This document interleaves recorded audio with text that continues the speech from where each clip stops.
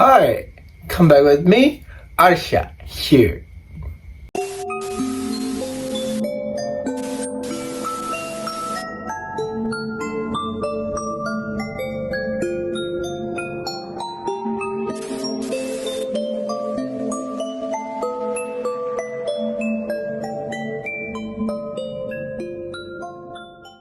Oke guys, ini banyak banget ya dinantiin. Kali ini aku bakal ngebahas tentang diri aku sendiri. Karena banyak followers aku di TikTok, di Instagram itu pada nanya, Sya, kamu awal bisa begini tuh umur berapa? Sya, gimana sih trigger kamu di awal? Sya, apa sih yang ngebuat kamu jadi akhirnya ada dan siap menjadi spiritualis? So, buat kalian yang pengen kenal aku lebih dalam, simak ini sampai akhir. Dan kenapa, siapa gue, apa yang menjadikan gue seperti ini, kenapa gue gini, dan lain sebagainya. Aku bakal ngebahas itu sampai akhir video. Jadi hari ini gue bakal ngebahas tentang gue, apa sih yang nge-trigger gue. Jadi gini ya guys, pada umumnya adalah menjadi seorang anak indigo itu adalah pilihan. Kenapa menjadi sebuah pilihan yang besar banget dalam hidup kita? Karena menurut gue meskipun trigger itu ada, datang dan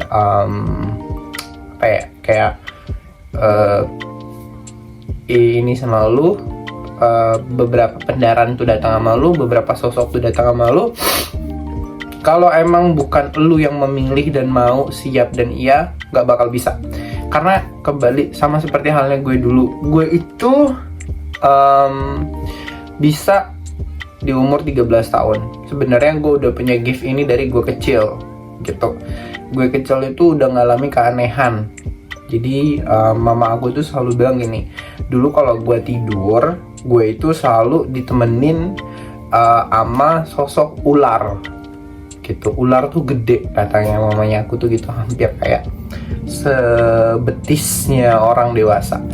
Jadi mama aku selalu bilang gini, kalau ular itu datang, katanya tidurnya selalu melingkar di sini, di dada aku, katanya gitu. Jadi ngelingkar, tapi kepalanya itu tidurnya ngadep ke gue, gitu.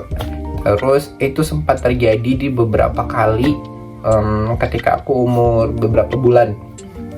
Ketika bukan hanya itu, keanehan berikutnya itu adalah gue ngalamin kejadian yang lucu banget. Bukan lucu juga sih ya. Jadi mama aku tuh naruh aku di lantai. Terus biasa kan kalau tempat tidur anak bayi zaman dulu tuh ada yang namanya tudung gitu loh.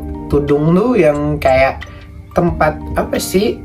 Kan ada yang kelambu, yang bentuknya dia kelambu tapi dia ditaruh begini loh, yang bisa diangkat-angkat gitu. Nah, jadi pakai itu ditaruh gitu. Tapi kok mama aku tuh ngelihat ada banyak semut gitu loh, semut lada yang gede-gede itu kayak muterin tudung itu gitu sampai keluar. Akhirnya mama aku tuh angkat gitu. Pas mama aku tuh angkat, ternyata aku di tengah dan semut-semut itu ngitarin si akunya dikelilingin sama semut gitu. Warnanya semut itu saking banyaknya ya, sampai hitam banget. Tapi nggak ada yang ngarah ke badan aku gitu. Cuman akunya kayak dikelilingin sama semut. Nah, semenjak itu akhirnya mama aku tahu dan keluarga tahu kalau anak ini memiliki sesuatu yang berbeda ketika dia dewasa nanti. Beranjak gue besar, gue sering ngeliat sosok-sosok aneh. Dan bahkan ada satu kejadian dimana gue ampe di umur 7 tahunan, mata hitamku ini, pupil hitam gue ini udah nggak ada, semuanya putih. Itu gara-gara gue sempat dibawa sama sosok yang kayak sosok penguasa gitu. Waktu gue kecil, katanya beberapa orang-orang yang sempat megang gue, yang sempat ngenetralisir gue, dan orang yang dipercaya memang orang tua yang dituakan lah ya, orang yang dituakan di daerah tempat gue tinggal. Nah, beliau tuh bilang, oh anak ini lagi dibawa pergi gitu untuk ngeliat sesuatu. Dan gue ingat banget, gue itu lagi ada pada waktu itu, gue itu lagi ada di salah satu danau besar gitu. Dan seseorang itu tuh gue nggak bisa cerita ya ini siapa, tapi yang jelas sosok ini tuh menjelaskan bahwa kamu suatu saat nanti bakal ada di posisi ini, tapi dengan satu, kalau kamu menjadi seperti ini dengan berbeda dari manusia lain, kamu akan terbebas dari apa yang mereka alamin, which is tempat itu adalah aku belum bisa cerita itu. Oke.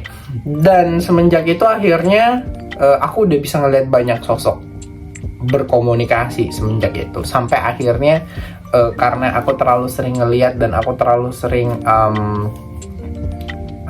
terlalu sering berkomunikasi dan terlihat aneh, akhirnya nyokap gue itu mutusin dengan keluarga gue buat aku harus dibatasin gitu. Dan akhirnya aku dibatasin, kayak di close gitulah menurut mereka, dan which is itu bukan nge-close, tapi kalian sedang dibatasin gitu aja, kayak di dinding aja gitu, biar lu tuh nggak terlalu sensitif sama energi-energi mereka yang ada di luar sana. Dan kedua, akhirnya gue di umur 13 tahun, tepatnya di kelas 3 SMP kayaknya, atau kelas 2 SMP, tahun 2010 tuh ingat banget gue.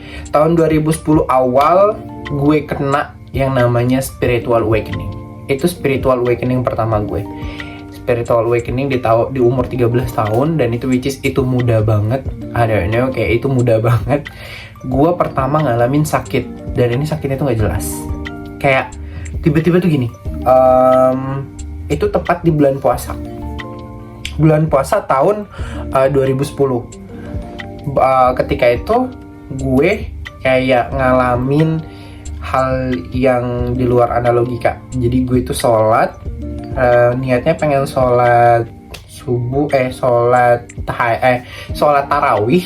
Tapi setelah sholat isya itu, dari awal sholat isya tuh gue udah ngerasa bahwa diri gue tuh aneh, badan gue tuh kayak dingin gitu.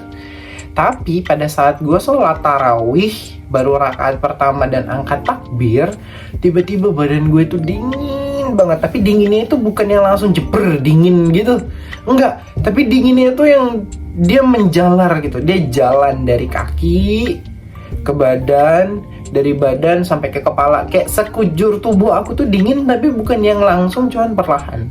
Semenjak itu, waktu rasa dingin itu naik sampai ke sini, sampai ke telinga, di situ tiba-tiba gue langsung ngedengar suara kayak banyak banget.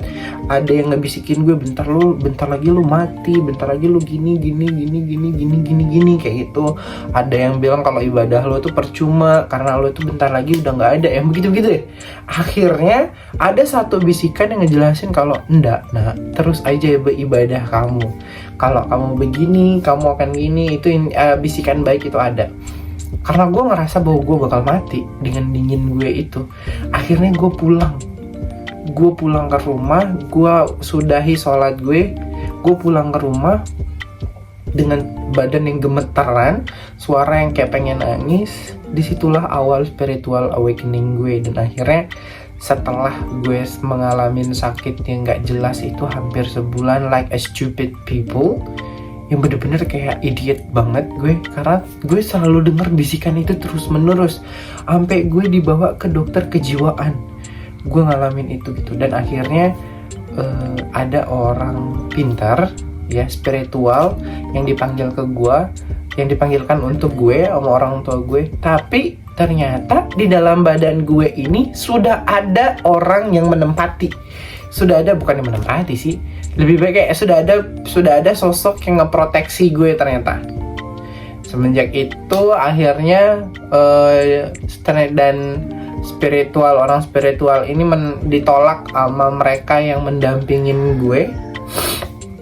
Dan mereka memilih salah satu spiritual seorang perempuan, which is itu adalah teman dekat nyokap gue ternyata. Dan disitulah awal dimana kalau disampaikan gue adalah anak yang memiliki kemampuan yang berbeda, karena ada yang mencoba untuk turun dari leluhur gue, tapi ternyata dari yang semesta gue udah membawa satu paketan khusus. Dan mereka ini adalah trigger awal gue untuk paketan gue ini tiba-tiba kebuka kayak gitu. Jadi ada hal negatif yang mau diturunkan ke gue nya, karena menurut khodam dari leluhur aku adalah orang yang pas untuk menerima gift tersebut dari keturunannya mereka. Tapi ternyata dari semesta gue udah dipaketkan khusus dari semestanya.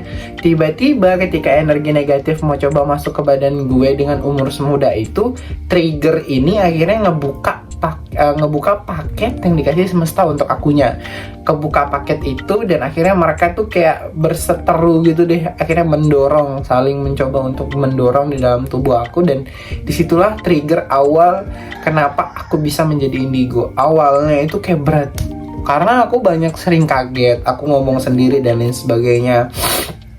Cuman karena di awal aku udah banyak sosok yang udah ada beberapa sosok yang positif yang coba untuk ngedampingin gue ya selama gue menjalanin spiritual awakening dan ngebimbing gue, akhirnya ngebuat gue tuh kayak lebih fokus aja gitu, lebih fokus dan lebih baik lah ininya jalan spiritual awakeningnya, karena dibimbing, menurut mereka membimbing aku dengan cara agama gitu. Jadi aku belajar bukan dari manusia, atau aku dibimbing bukan dari manusia, tapi aku dibimbing dari mereka yang tak terlihat. Dan mereka itu which is I don't know mereka kalian mau beranggapan seperti apa, tapi mereka membimbing aku dengan cara agama, dari ngajarin aku ngaji, ngajarin aku sholat, maksa gue buat sholat dan lain sebagainya, ngajarin banyak hal dan terkait pengembangan diri, pengendalian diri, banyak hal, intinya hal yang positif yang aku pelajarin dari mereka seperti itu. Disitulah akhirnya beberapa sosok yang positif ini bertambah, berteman, tapi kami berteman layaknya teman seperti dunia manusia yang kalau membutuhkan sesuatu ya kita deep talk kayak gitu dan sebagainya, bukan yang harus buat sesaji, harus ini nyediain apa, nggak gitu. Kita yang temenan, berteman, bercengkrama, ya udah kayak temen pada umumnya kayak gitu. Someday gue bakal bikinin satu video tentang sosok-sosok yang ada sama gue, bukan sosok-sosok sih, teman-teman dunia spiritual gue deh gitu. Dan akhirnya gue sempat menolak ya untuk memiliki kelebihan ini, karena menurut gue kayak terlalu berat. Itu ketika gue ada di SMA. Gue di SMA, gue ketemu akhirnya beberapa sama sosok-sosok nih, sama sosok-sosok roh, sosok-sosok ya akhirnya di dunia gue ditemenin sama pocong, gue ditemenin sama ini, sama itu, yang jelek-jelek itu datang ke gue akhirnya dan ngebuat gue untuk kayak males banget kayak gini, capek banget badannya. Terus akhirnya udah banyak orang yang bilangin gue, lu tuh aneh, lu tuh gila, lu tuh stres. Bahkan gue sampai tidak ditegur satu sekolah gara-gara gue itu dibilang aneh. Gue dibully. Pada zaman gue, orang yang memiliki kemampuan kayak gue itu adalah orang yang aneh, orang yang stres dan disangka gila kayak gitu.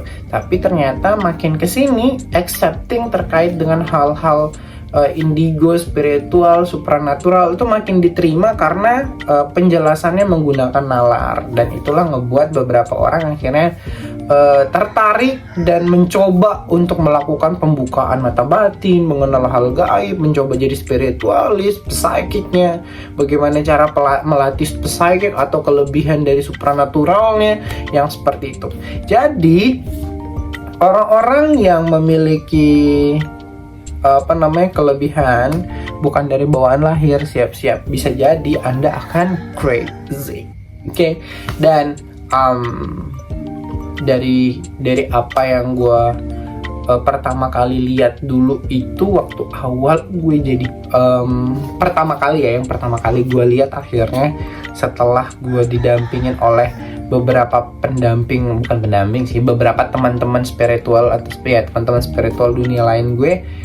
Pertama kali yang gue lihat itu adalah sosok khodam dari almarhum nenek gue, dan dia itu terlihat seperti orang yang tinggi banget, gede banget, dan gue itu ngelihatnya memang setakut itu gitu loh. Dan dia itu mencoba untuk masuk ke badan gue untuk karena di umur semuda itu, umur 13 tahun itu, gue itu lebih banyak diincar sama beberapa sosok-sosok yang mereka itu ingin menggunain tubuh gue, nge-using. Nah, ini untuk anak-anak indigo ya. Gue bakal ngejelasin lagi di part deh. Hari ini gue bakal upload 2 video. Kali ini kan penjelasan, maksudnya cerita tentang gue nih. Mungkin setelah ini gue bakal upload video satu lagi terkait dengan kalau lo dirasukin sama beberapa sosok dan apa sih dampak negatifnya, itu bakal gue nih ya. Jadi jangan terlalu sering terima sosok-sosok tertentu buat masuk ke badan lo, karena itu akan ngaruh ke mental ya, ke mental, psikik lo, fisik lo, dan lain sebagainya. Itu akan berpengaruh buruk buat itu. Jadi jangan terlalu terima sosok-sosok aneh yang memberikan dampak negatif sama diri lo. Akhirnya gue pertama kali ngeliat itu adalah jin khodam dari leluhur gue sendiri. Dan itu sosoknya tuh kayak jelek banget sumpah, antara jadi satu antara manusia, kucing, sama monyet. Jadi kayak mulutnya dia ini kayak mulut monyet, telinga dia itu telinga kucing sama hidungnya, dan face-nya ini face manusia. Lu bayangin deh itu gimana se-ugly itu, terus seaneh itu deh, bukan ugly, seaneh itu. Dan rambut dia itu panjang, tapi dia itu cowok, dan dia itu nggak pakai baju, dia telanjang dada, tapi dia pakai kayak kulit pohon gitu celananya. Dan dia tinggi banget, saking tingginya itu sampai pintu rumah itu cuman masuk buat kepalanya dia doang. Dan dia tuh coba saking maksa banget buat masuk ke buat masuk ke badan gue. Dia maksa banget nih buat masuk ke dalam ke dalam rumah, saking dia pengen masuk ke badan gue. Dan akhirnya sosok ini tuh goosebump. Jadi sosok ini tuh dia berteriak dari pintu belakang itu karena cuman kepalanya sambil dia natap gue, dan matanya itu merah banget nyalanya. Dia kayak marah gitu, dia pengen masuk dan ada yang halangin. Tiba-tiba dari pundak gue kiri kanan ini keluar cahaya warna biru dan putih. Warna biru dan putih agak kekuningan gitu. Mereka keluar, aku nggak bisa ngeliat sosoknya apa, tapi si sosok ini berubah jadi cahaya light yang kayak bola cahaya gitu ke arah sana dan mentalin ke mereka, ke dia. Akhirnya si sosok ini tadi nggak berhasil masuk ke badan gue dan pecah gitu, kayak apa ya, kayak api. Kalau kalian bakar rokok terus kalian lempar ke dinding kayak gitu, percikan. Jadi sosok itu kayak dia berubah langsung jadi percikan api, tetar, langsung jadi percikan api dan pecah kayak gitu. Setelah itu gue ngerasa diri gue nyaman, gue ngerasa ini bukan gue, tapi gue masih bisa ngeliat. Dan tiba-tiba gue tuh ngomong kalau bahasa gue udah berbeda, cara gue ngomong udah berbeda.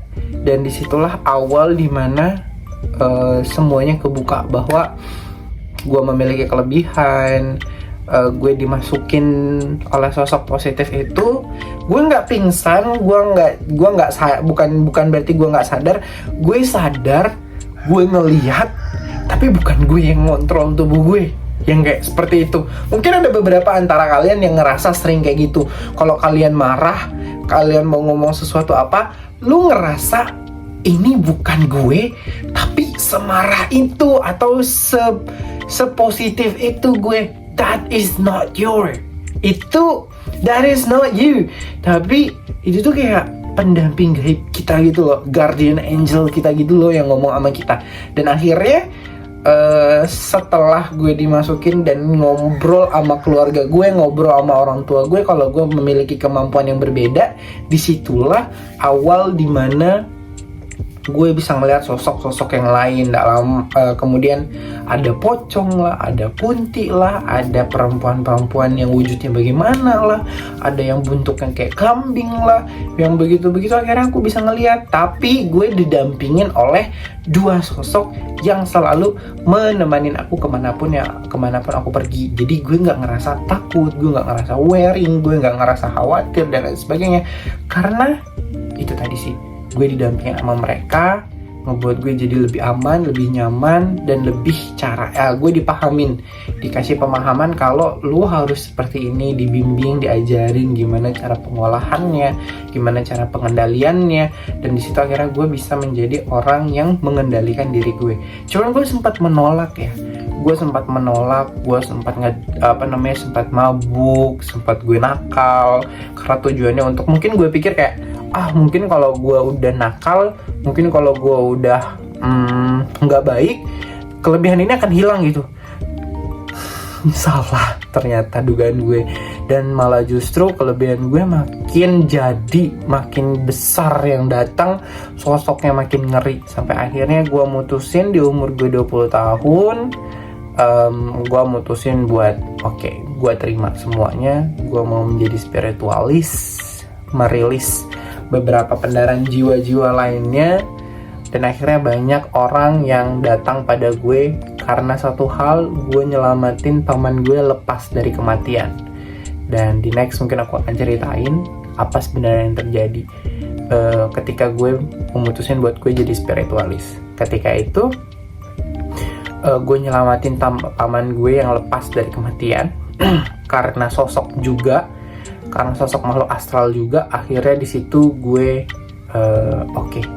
mungkin memang udah jalannya gue untuk menolong banyak orang, melepaskan dan merilis semua jiwa-jiwa yang saat ini tuh didatangkan sama gue oleh Tuhan. Dan gue percaya bahwa ketika lu menerima spilan dan atau orang-orang yang datang ke gue, itu adalah orang-orang pilihan Tuhan untuk bisa datang ke gue. Karena masing-masing spiritualis yang benar-benar mengkonotasikan dirinya adalah light worker, Tuhan akan memberikan atau Tuhan akan mendatangkan orang-orang pilihan Tuhan untuk datang kepada kami para light worker. Jadi nggak semua orang itu bisa ke-accept sama spiritual gue, dan semua orang juga ada yang mereka punya masing-masing hal yang berbeda. Jadi gue percaya bahwa kamu adalah orang-orang pilihan yang bisa ngelihat dan bisa mendengar, bisa sedekat ini dengan gue, dan bisa tahu gue bagaimana. Gue tunggu kalian untuk di konsultasi gue.